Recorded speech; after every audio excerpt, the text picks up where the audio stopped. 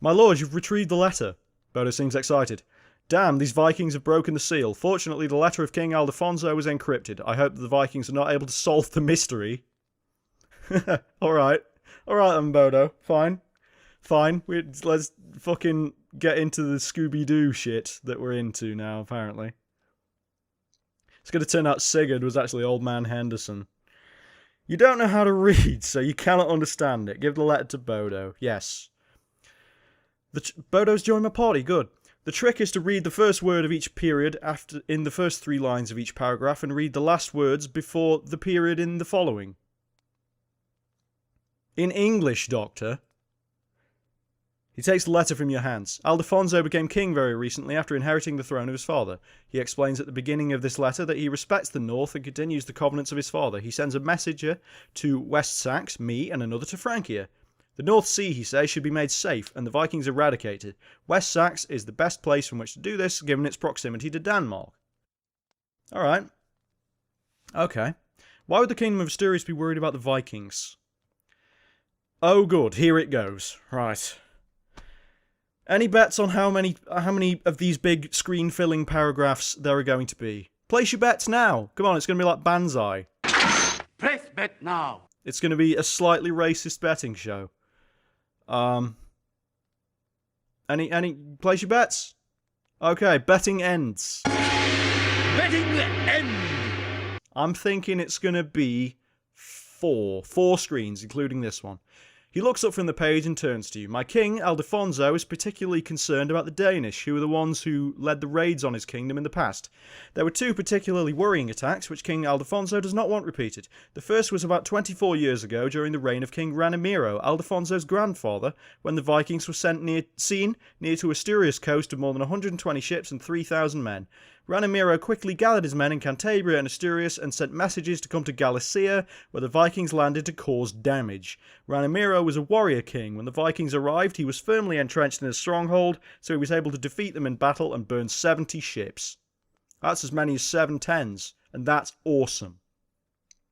All the same, another big Viking expedition came 10 years ago in the time of King Ordonio, the father of the current king. The fleet of almost 100 ships was led by Bjorn Ironside and Heston, Ragnar's sons. They disembarked in Galicia near the tomb of Santiago and caused much damage before they were expelled. After this, King Ordonio began contacting other kingdoms in the north that had been attacked by Vikings too, especially Francia and West Saxe. This letter is the finale to years of diplomatic efforts. The letter says that according to what was promised by his father, Aldefonso agrees to send 20 ships and 600 men to West Saxe. The men are all veterans of the Muslim wars, fully equipped with chainmail, sword, spear and shield. These men, joining West Saxe with contributions from Francia, will cleanse the sea of Vikings. The letter details the route and the ports these men will use on their journey to West Saxe, and asks the very noble King Athelred of the Saxona to prepare accommodation and food for them. Do you see the importance of this letter, and why Sigurd Ragnarsson or any Viking leader for that matter would want to intercept it? Okay, Bodo. Well, that was 3. I think that was 3 before we got to the next set of fucking dialogue options, which will inevitably set him off into more screens of text. Whew, I need a moment. Whew, okay. Alright, I'm just drooling all over myself, because, blah. Yes. Bodo, I'd rather you tell me. Because 600 veteran men would allow West... That's true. That is true. Tell me, Bodo. Figure that 600 veteran men from each kingdom make 1,800 soldiers whose sole purpose is to finish the Vikings. We're not talking about a peasant levy, but about professional warriors, well-trained and well-equipped. This is a huge economic burden for any one kingdom, but if they are well-led, King Ethelred's brother Alfred was chosen for this. It could free the North Sea of the tempest that now whips it. Therefore, the letter is important to my mission, so Sigurd Ragnarsson made every effort to intercept it. If you can show the letter in the assembly and so demonstrate the danger that it portends for all of them, the assembly will make him king with the mission of preventing this alliance. Bodo, please use shorter sentences. I cannot keep up with you. Oh, okay. Actually, let's refocus, because this appears to be some sort of moral choice. It's like the Game of Thrones, only it's a good game. Then I will give the letter to King Horik, so it'll be he who will lead the Danish. Yeah, but that... Yeah, but that doesn't really solve the problem of there are Vikings fucking everywhere. That also doesn't guarantee that he will actually help me kill Sigurd, given that even if Horik is leading the Danish, Sigurd is still going to be second in command. He's still going to be the 2IC. So, that doesn't really solve the problem. In that case, I'll give the letter to West Sax. This kind of depends whether West Sax are assholes or not, but seeing as this was the plan anyway, I'm leaning towards this one. Because this does solve all my problems right now are caused by the Vikings trying to kill me.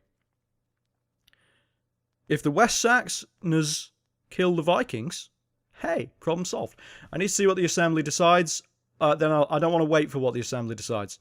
Letter is a powerful weapon, keep it safe. No, let's be proactive and give it to West Sax. Oh good, Bodo likes that idea.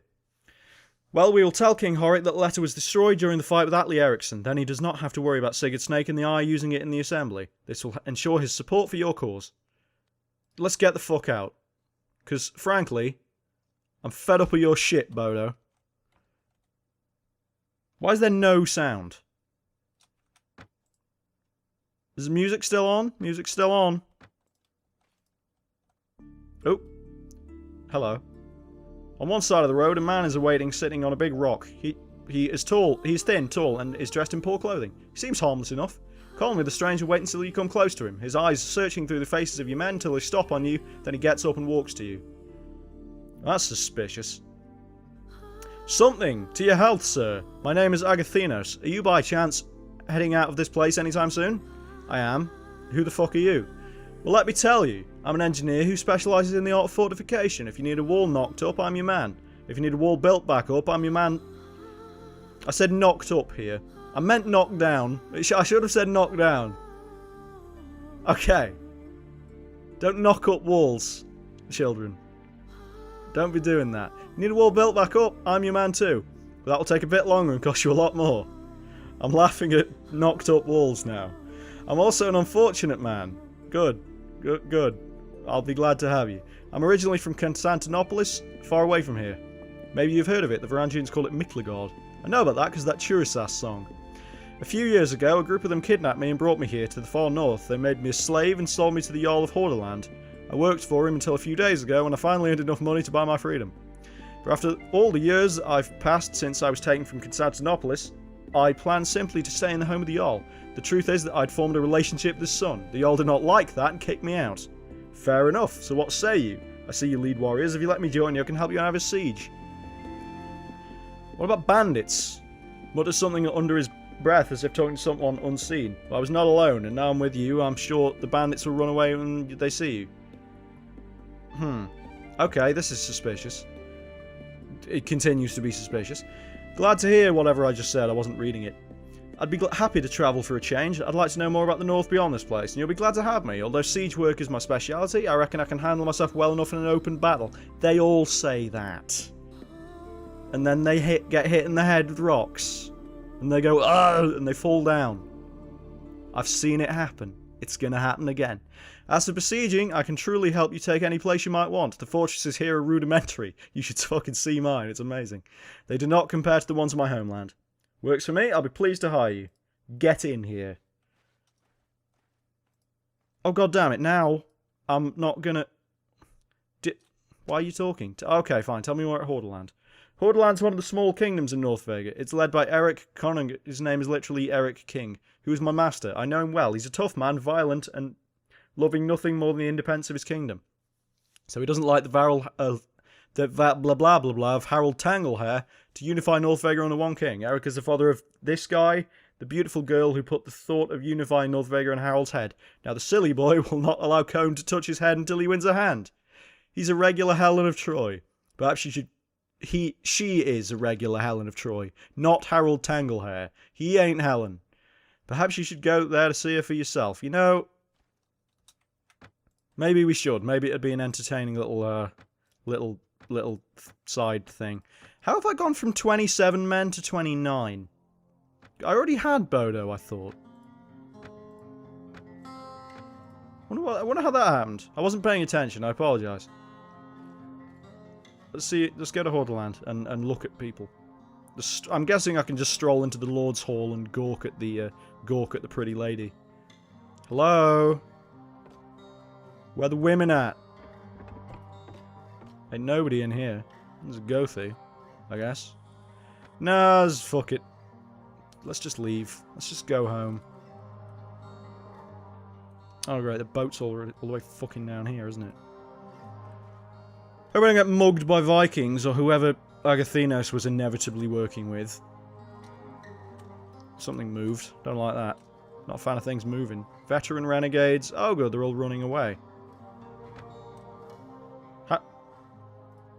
Why do I have 28 men now?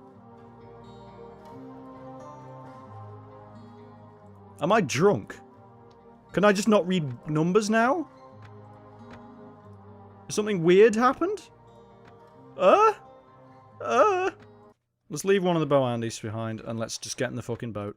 And let's go home. Let's save as well. Because fuck me. How's morale? Still average. Pretty good. Pretty good. Which way should I actually be going? I'm sailing down the coast of North Vega, aren't I?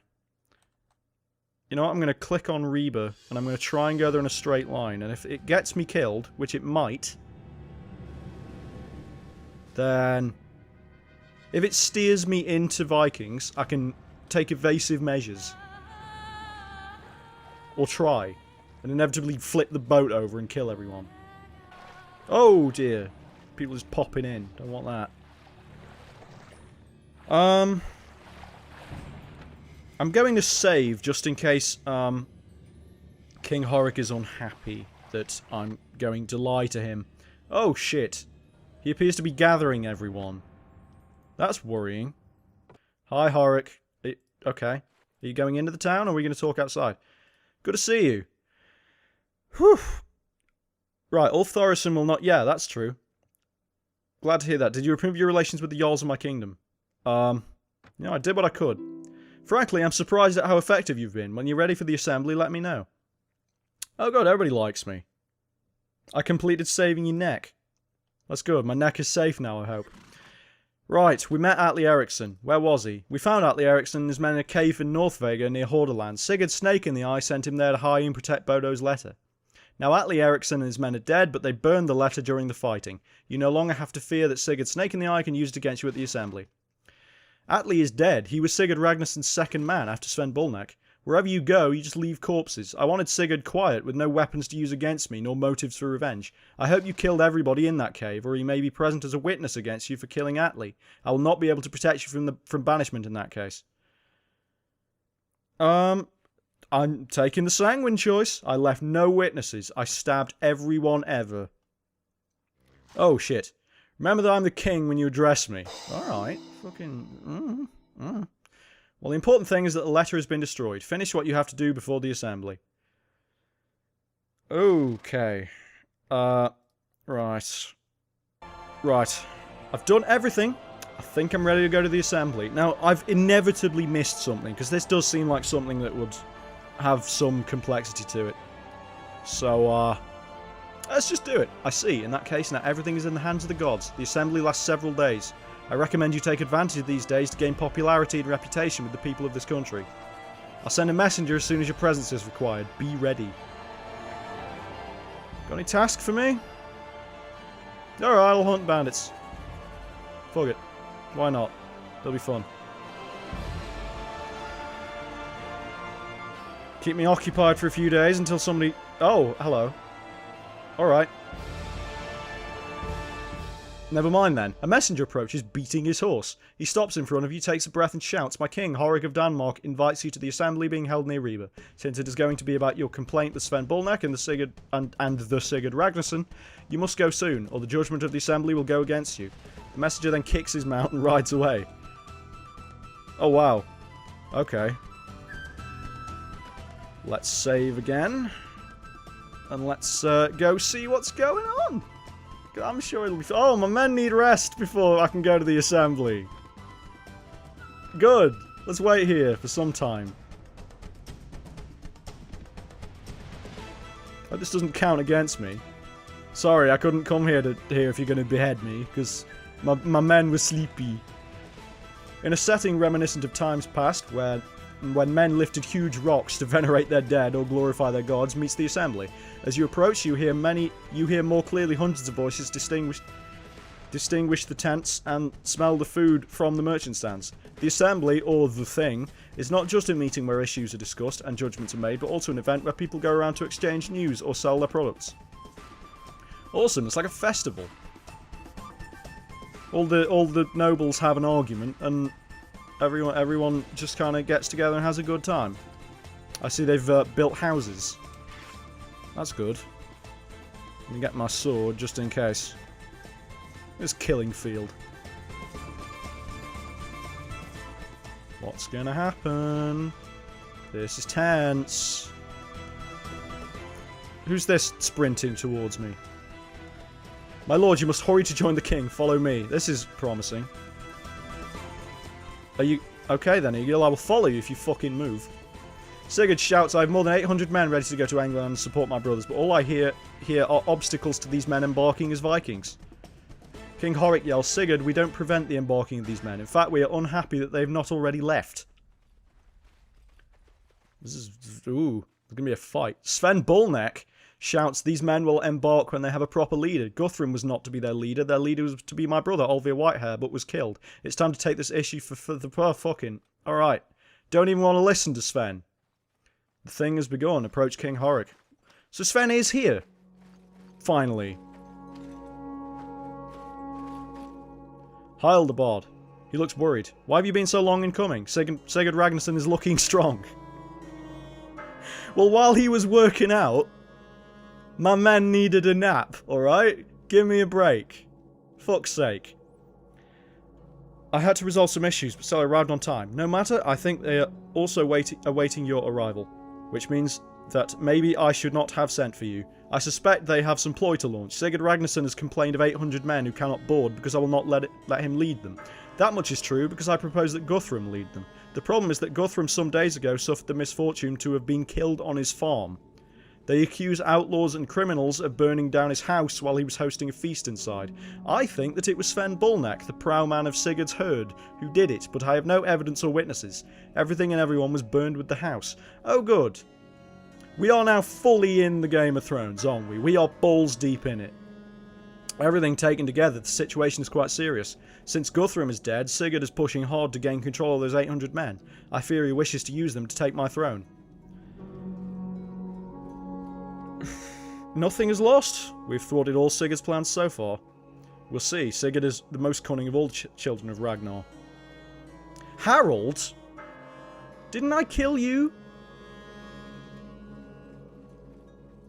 Who are you? It wasn't Harold that guy at the, at Sven's fucking slave camp? I'm sure he was, wasn't he? Harold seems tense, his features hardened and eyes watchful. He protects his lord as close as a shadow. Greetings, the Vard. Sven Bullneck has permission to speak to the assembly now. Let's see what the rat has to say. Silence. Let's see what the snake has to say. What is going on? I'm confused. Sven Bullneck appears to be a determined man, confident and seemingly a born leader. He is tall and strong and possesses a strong voice. At long last, you see him face to face. He looks just as your mind remembers him as he attacked the Wodenrig and kidnapped your mother. Finally, right before you is the man who has so damaged you. Great. Maybe I should get a tattoo somewhere to represent the damage. I don't know. I was going for a Suicide Squad joke, but it kind of fell over, didn't it? Oh well. Men of Denmark, you know me. When I was little more than a child, I was with Ragnar when he sacked Francia with 120 ships and more than 4,000 men, an adventure that the Skalds still relate.